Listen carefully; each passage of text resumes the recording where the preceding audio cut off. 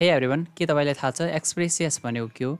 Express.js भनेको चाहिँ Node.js मा बेस्ड एउटा वेब फ्रेमवर्क हो जसको हेल्पले हामीहरूले चाहिँ वेब सर्भरहरू बनाउन सक्छौँ। हामीले आफ्नो वेबसाइटको लागि वेब सर्भर भनेको के हो भनेपछि वेब सर्भरहरू जहाँ हामीले डाटाहरू स्टोर गर्छौँ, जहाँ हाम्रो ब्याकएन्ड चाहिँ रन हुन्छ, जहाँ हामीले डाटाबेससँग इन्टिग्रेसन गरेर हामीले डाटाहरूको चाहिँ फेच गर्ने, सेभ गर्ने कामहरू गरिरहन्छौँ। हो त्यो ठाउँ जुन लाई सर्भर भनिन्छ हो त्यो सर्भरहरू बनाउने काम चाहिँ हामीले चाहिँ Express.js को हेल्पले गर्न सक्छौँ। यसको कुरा कसरी गर्न सकिन्छ त? कसरी हामीले एपहरू बनाउन सकिन्छ?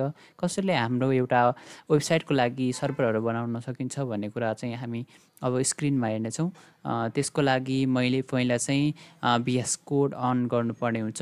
त्यसको लागि मैले गरिसकेको छु। त्यसमा एउटा फोल्डर बनाएर हामीले त्यो भित्र चाहिँ फर्स्ट एउटा प्रोजेक्ट इनिसियलाइजेसन गर्नको लागि चाहिँ एउटा कमान्ड छ जस चाहिँ हो npm init गरेर हामीले इन्टर गर्न सक्छौँ। यसले चाहिँ हाम्रो एउटा प्रोजेक्टको स्ट्रक्चरको लागि package file बनाइदिनेछ।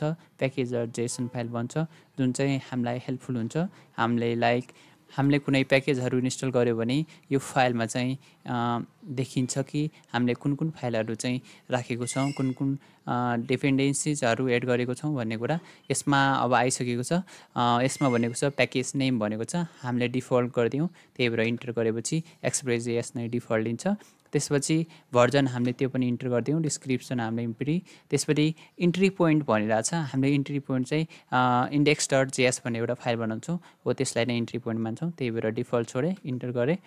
Test command enter, के रिपोजिटरी, कीवर्ड्स, अथर, लाइसेन्स। अब यस लेखेपछि चाहिँ हाम्रो एउटा चाहिँ प्याकेज.json फाइल बन्छ जसले चाहिँ हाम्रो होल प्रोजेक्टलाई चाहिँ म्यानेज गर्न हेल्प गर्नेछ। त्यसपछि हामीले यो भित्र चाहिँ एउटा फाइल बनाउनु पर्छ, index.js भनेर एउटा जाभास्क्रिप्टको फाइल चाहिँ मैले बनाएँ। यो भित्र चाहिँ हामीहरूले अब मेन एउटा सर्भर बनाउनलाई चाहिँ कोड लेख्नुपर्ने हुन्छ। त्योभन्दा अगाडि हामीले हेर्नुपर्छ कि हाम्रो प्याकेजभित्र चाहिँ के डिपेन्डेन्सिजहरू छन् त। हामीलाई चाहिँ पहिला के चाहिन्छ त? हामीले इन्स्टल गर्नुपर्छ npm install express। हामीले एक्सप्रेस चाहिँ यसरी इन्स्टल गर्नुपर्ने हुन्छ हाम्रो प्रोजेक्टको भित्र।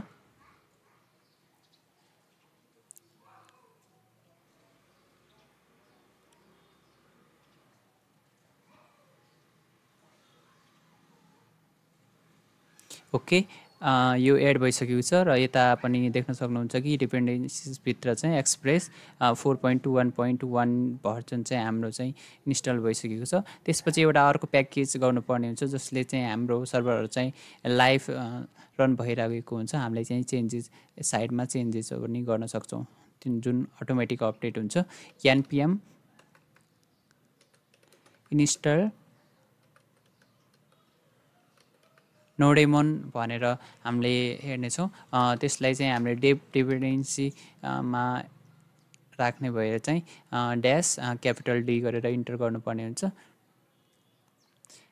डेभलपर डिपेन्डेन्सी अर्थात् डिपेन्डेन्सी भनेको चाहिँ के हो भनेपछि जुन यो प्याकेजहरू चाहिँ हामीले चाहिँ जतिखेर डेभलपर भर्जनहरू रन गरिएको हुन्छ उतिखेर मात्र युज भइरहेको हुन्छ। प्रोडक्सनमा गएपछि यसको चाहिँ युज हुँदैन भन्ने हो। त्यसपछि ओके, यो पनि एड भइसकेको छ। त्यसपछि हामीले चाहिँ आफ्नो प्रोजेक्टको अर्थात् सर्भरको लागि चाहिने कोड चाहिँ यो भित्र लेख्न सक्छौँ। पहिला हामीले चाहिँ एउटा कन्स्ट भेरिएबलभित्र हामीले चाहिँ एउटा एक्सप्रेसमा चाहिँ हामीले रिक्वायर गर्नुपर्छ जुन हाम्रो एक्सप्रेस चाहिँ हामीले अघि इन्स्टल गरेको थियौँ। एक्सप्रेसलाई हामीले इम्पोर्ट गरिसकेको छौँ। त्यसपछि हामीले चाहिँ एउटा एप बनाउनु पर्ने हुन्छ। App is equal to express भनेर एउटा एप बनाएको छौँ। त्यसपछि चाहिँ हामीले अब यो एपलाई युज गरेर योभन्दा अगाडि एउटा पोर्ट पनि बनाइदिउँ। पोर्ट चाहिँ फिक्स गरिदिउँ। ओके,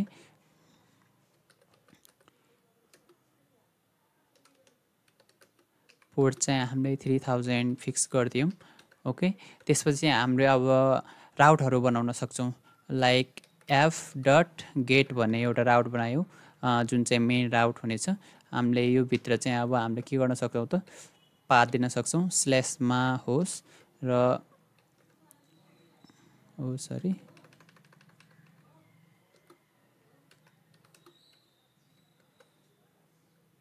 हामीले चाहिँ यो भित्र चाहिँ अनि एउटा एरो फंक्सन भित्र चाहिँ हामीले देख्नु रिस्पोन्स दिनुपर्ने हुन्छ जुन चाहिँ हामीले गेट रिक्वेस्ट गरेपछि चाहिँ रिस्पोन्समा चाहिँ हेलो वर्ल्ड भनेर आउँछ हो त्यसपछि हामीले चाहिँ यो पोर्टमा चाहिँ हामीले लिसन गर्नुपर्ने हुन्छ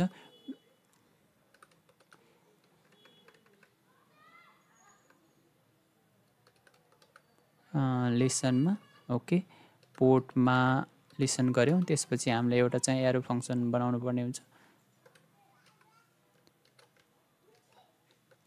ओके यो भित्र चाहिँ हामीले भन्यौ कि server is running on port 80 मा भनेर चाहिँ गर्न सक्छौं यो भन्दा अगाडि चाहिँ हामीले प्याकेज भन्ने फाइल भित्र गएर चाहिँ यो भित्र चाहिँ हामीले चाहिँ स्क्रिप्टहरु दिनुपर्ने हुन्छ कमान्ड लेखेर चाहिँ मैले एउटा स्क्रिप्ट दिन खोजे